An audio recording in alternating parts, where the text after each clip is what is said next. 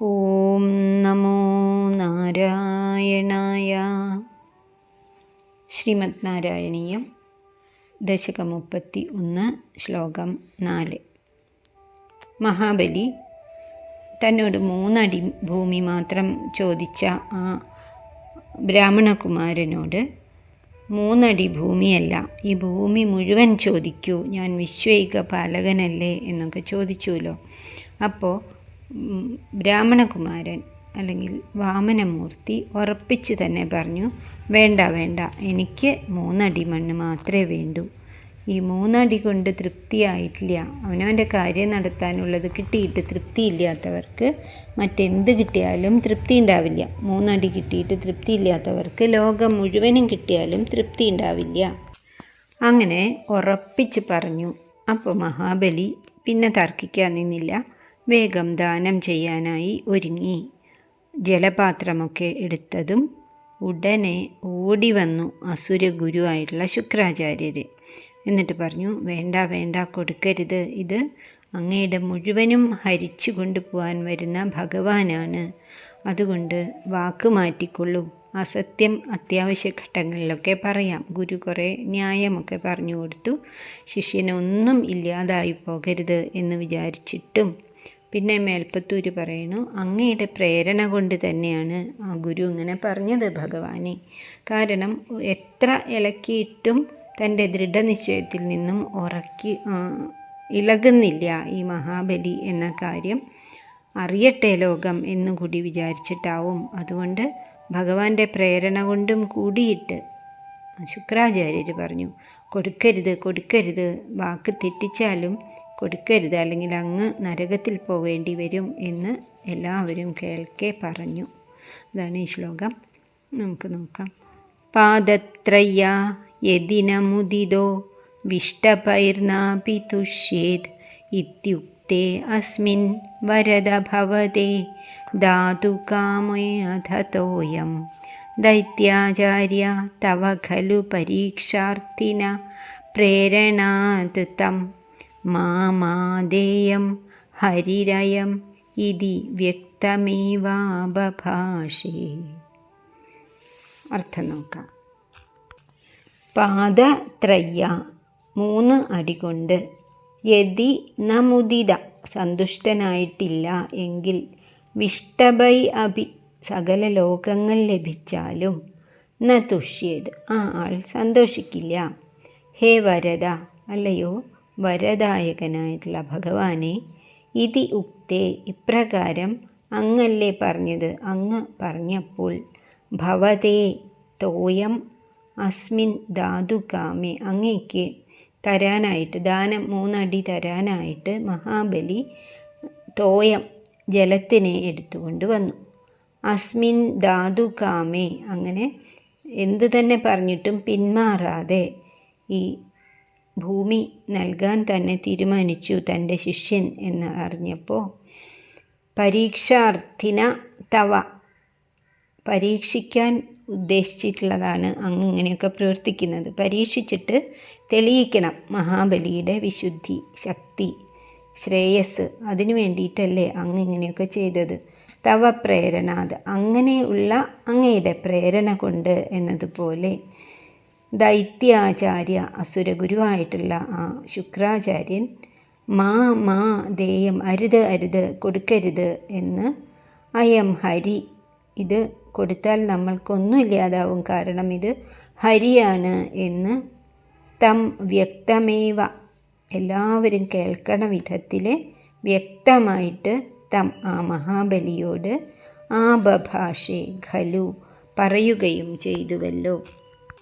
വാമനൻ ബലിയോട് പറഞ്ഞു, ശരിയാണ്, അങ്ങ് 3 ലോകങ്ങൾക്കും ഉടമസ്ഥനാണെന്നൊക്കെ പറയണു, എന്തും തരാൻ സാധിക്കുമായിരിക്കും. പക്ഷേ എനിക്ക് ആവശ്യമില്ല. ആവശ്യമുള്ളത് മാത്രം ദാനമായിട്ട് നേടുകയാണ് വേണ്ടത് എന്നാണ് എൻ്റെ അഭിപ്രായം.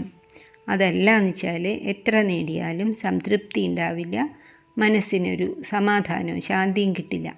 അതുകൊണ്ടാണ് നമുക്ക് ഈ ലോകത്തിലും അങ്ങനെയുള്ള പലരെയും കാണാം അല്ലേ. ചിലർക്കൊക്കെ കുറച്ച് അല്പം മാത്രം കിട്ടിയാലും മനസ്സ് തെളിഞ്ഞിരിക്കും, മുഖത്ത് പുഞ്ചിരി ഉണ്ടാവും. അങ്ങനെയുള്ളവരാണ് ഭാഗ്യവാന്മാർ.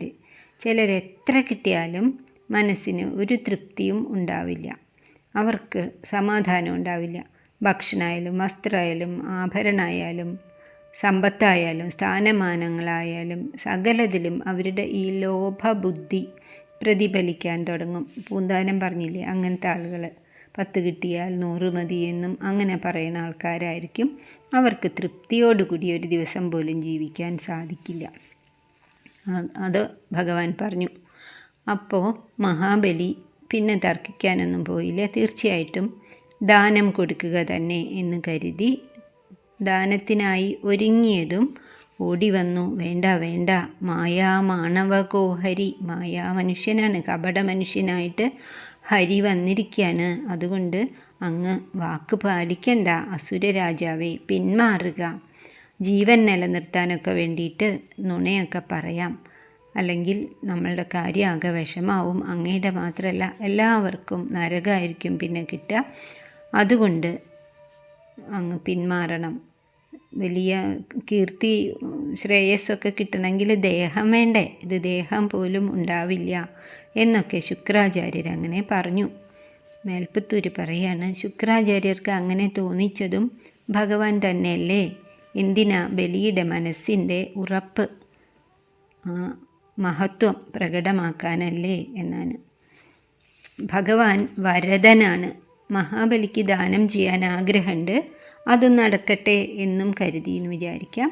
കൂടാതെ മഹാബലിക്ക് എല്ലാ ശ്രേയസ്സും വരമായി നൽകാനും ആവും.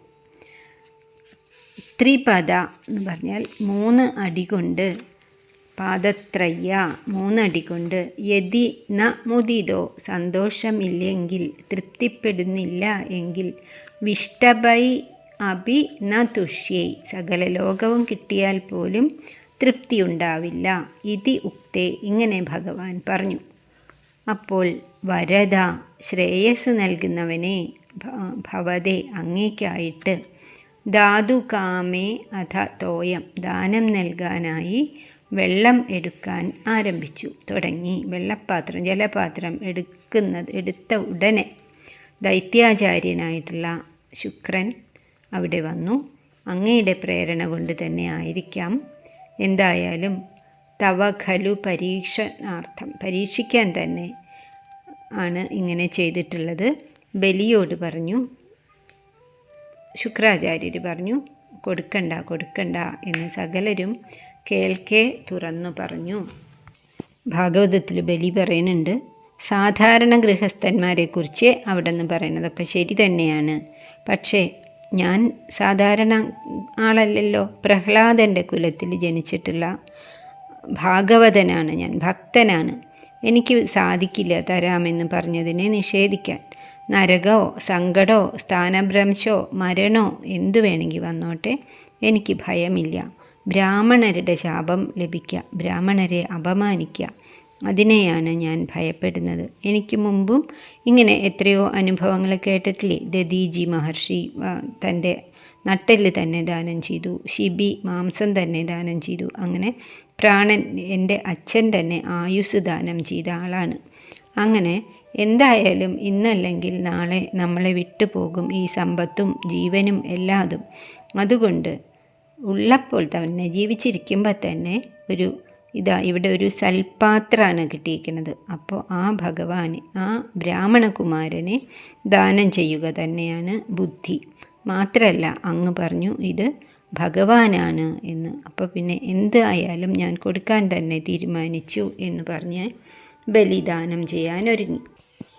പാദത്രയ്യ യദിനമുദിതോ വിഷ്ടപൈർനാപി തുഷ്യേത് ഇത്യുക്തേ അസ്മിൻ വരദ ഭവതേ ധാതുകാമേ അഥ തോയം ദൈത്യാചാര്യ തവ ഖലു